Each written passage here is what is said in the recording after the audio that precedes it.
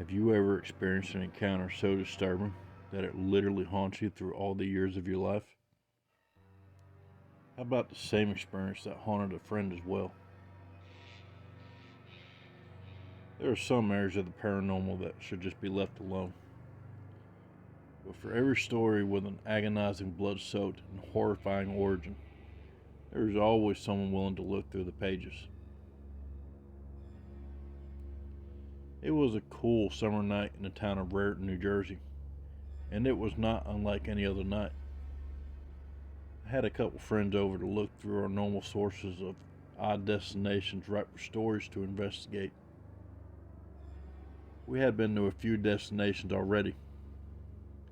The abandoned carnival in Asbury Park, Dead Man's Curve, and Lambertville High School, just to name a few. All had their varying experiences, but nothing too crazy. But on this night, a cool night with a sky so clear that the stars themselves seemed to brighten the ground around us, we decided to tackle a location we've been planning for a few months. The Marlboro Psychiatric Hospital in Monmouth County, New Jersey, housed 700 patients and over 1,400 staff at a time. Its doors opened in 1931 and closed in 1998. Over the 65-year span of the ward, there were countless deaths of both patients and staff. After the doors closed, there was an urban legend of a farmer who would lure people to the facility's death row and slaughter them. The story of Marble Asylum was dripping with negativity, hatred, blood, and deception. The perfect place for us to investigate. We set out on our hour-long trip with high hopes for prime paranormal activity. Little did we know, though, that night was going to be a night we would never forget. As we pulled onto the county road where the asylum was situated, we received our first creep, if you will. As I said earlier, the night was cool and clear. When I say a cool summer night in New Jersey, I'm talking about low to mid 60s, cool enough for a chill, but not cold enough to see your own breath. On this particular road, though, fog was blanketing the area. Some areas were thicker than others. The three of us questioned each other about whether or not the fog was a bad omen. There was no fog on the rest of the trip. We had driven almost an hour to get where we were, though. This trip wasn't going to be wasted on fog, so we chalked it up to some science mumbo-jumbo and pressed on. Finally, we make it to the access road for the asylum, with the headlights out. As we slowly rolled through the cobble gateway, it felt like we were entering another dimension. Trees on both sides of the access road reached out over our heads as they were longing for each other on the other side. The looming branches blacked out the sky, and only a slight tinge from the lines on the access road guided us in. As we entered the grounds, darkness gave way to dimly lit lamps intermittent along disheveled sidewalks. Security that patrolled the grounds needed only minimal light at night. Several buildings, each decayed in their own ways, sat dormant on the grounds. Some used for housing and some used for other various reasons. We had our eyes set on the biggest building, though, the hospital. For a facility that housed over 2,100 people, the building did not seem very big. It almost reminded me more of a Victorian-era house than it did a hospital. The hospital had its own decayed look to it. There were some windows boarded up, and bushes grew wild against the side of the building. The siding was faded and cracked in some areas, and to our surprise, there were minimal vines. Headlights rounded a corner in the distance on one of the access roads running between some of the other buildings on the property. As they slowly crept our way, we crept our vehicle to the grass on the back side of the hospital and waited for security to pass. There was only 2 doors leading into the hospital, a front door, and a back door. Unfortunately for us, the awning over the back door was collapsed, forcing us to risk exposure at the front door, but we didn't come all this way to give up. So cautiously, keeping an eye out for security, we snuck to the front door to find it nailed shut. But a few swift kicks flung the door open to reveal pitch black inside. The crash of the door was still on the faint end of its echo as we crossed the threshold. We quickly closed the door behind us so it didn't draw attention to any security that may drive by.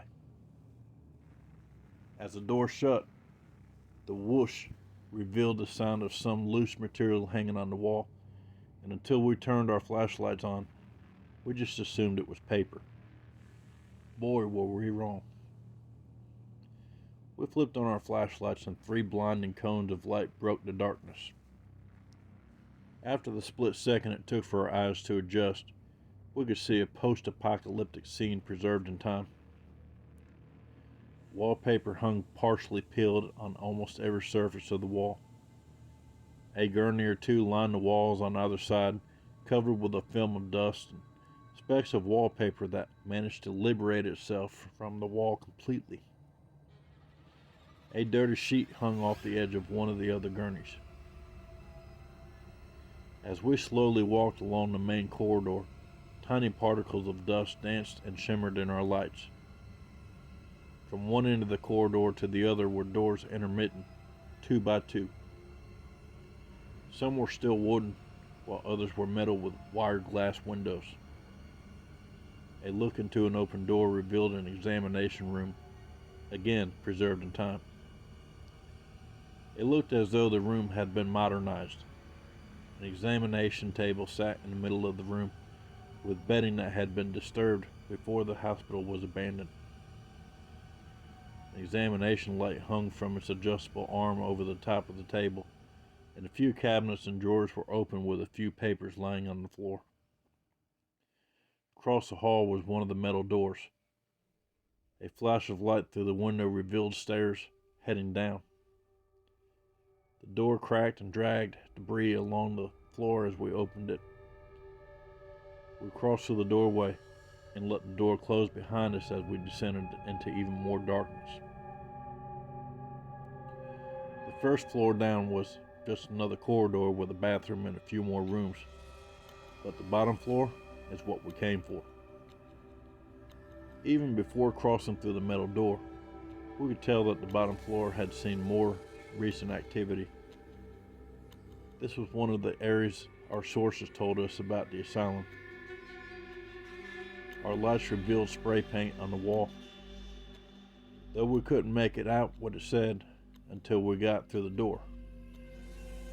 Once we got into the bottom floor, we saw the spray paint was words, a warning. They read, "Turn back now, or may God have mercy on your soul." The words were faded. They had been there a while, but the wallpaper was torn away to make a space for the writing.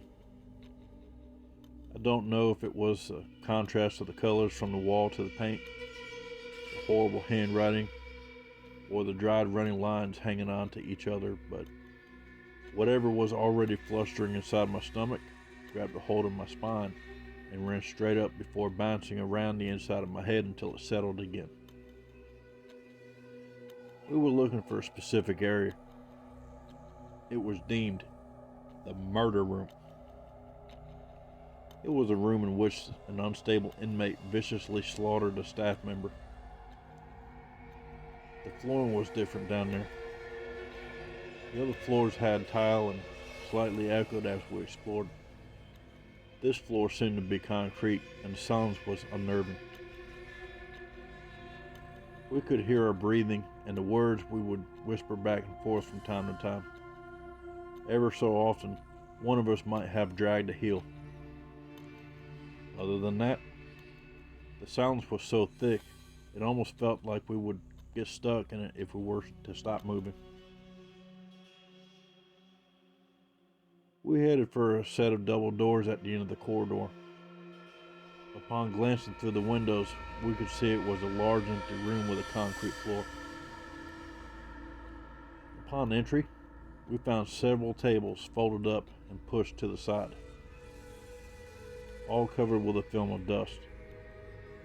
But what we found next made the warning at the bottom of the stairwell seem like a child's activity book. There were various works of spray paint art on the walls, a few tags. Some people painted happy faces, but in one corner of the room, and specifically in one corner, was a giant pentagram painted on the floor. Swastikas and racial slurs lined the walls, that corner filled with pure hatred. Also in the corner was a closed door with another pentagram spray painted on it. Whatever ran up my spine earlier was now pacing up and down. That was the doorway to what we could only assume is the murder room. The door hesitated a little when we tried to open it, but we got in. The room was musty and was the only room we found to have any kind of ventilation. This is where we were going to set up our sound recorder and ask questions. Instigate, try to get a reaction, anything. We did not have to wait that long though. One of the flashlights flickered and went out as the temperature in the room plummeted and our breath became clearly visible. The cold almost made all of us freeze, more permanent fixtures to withstand the test of time. When the breath exited our bodies, it did so in thick clouds of fog. Our fingers shivered as we set up our equipment.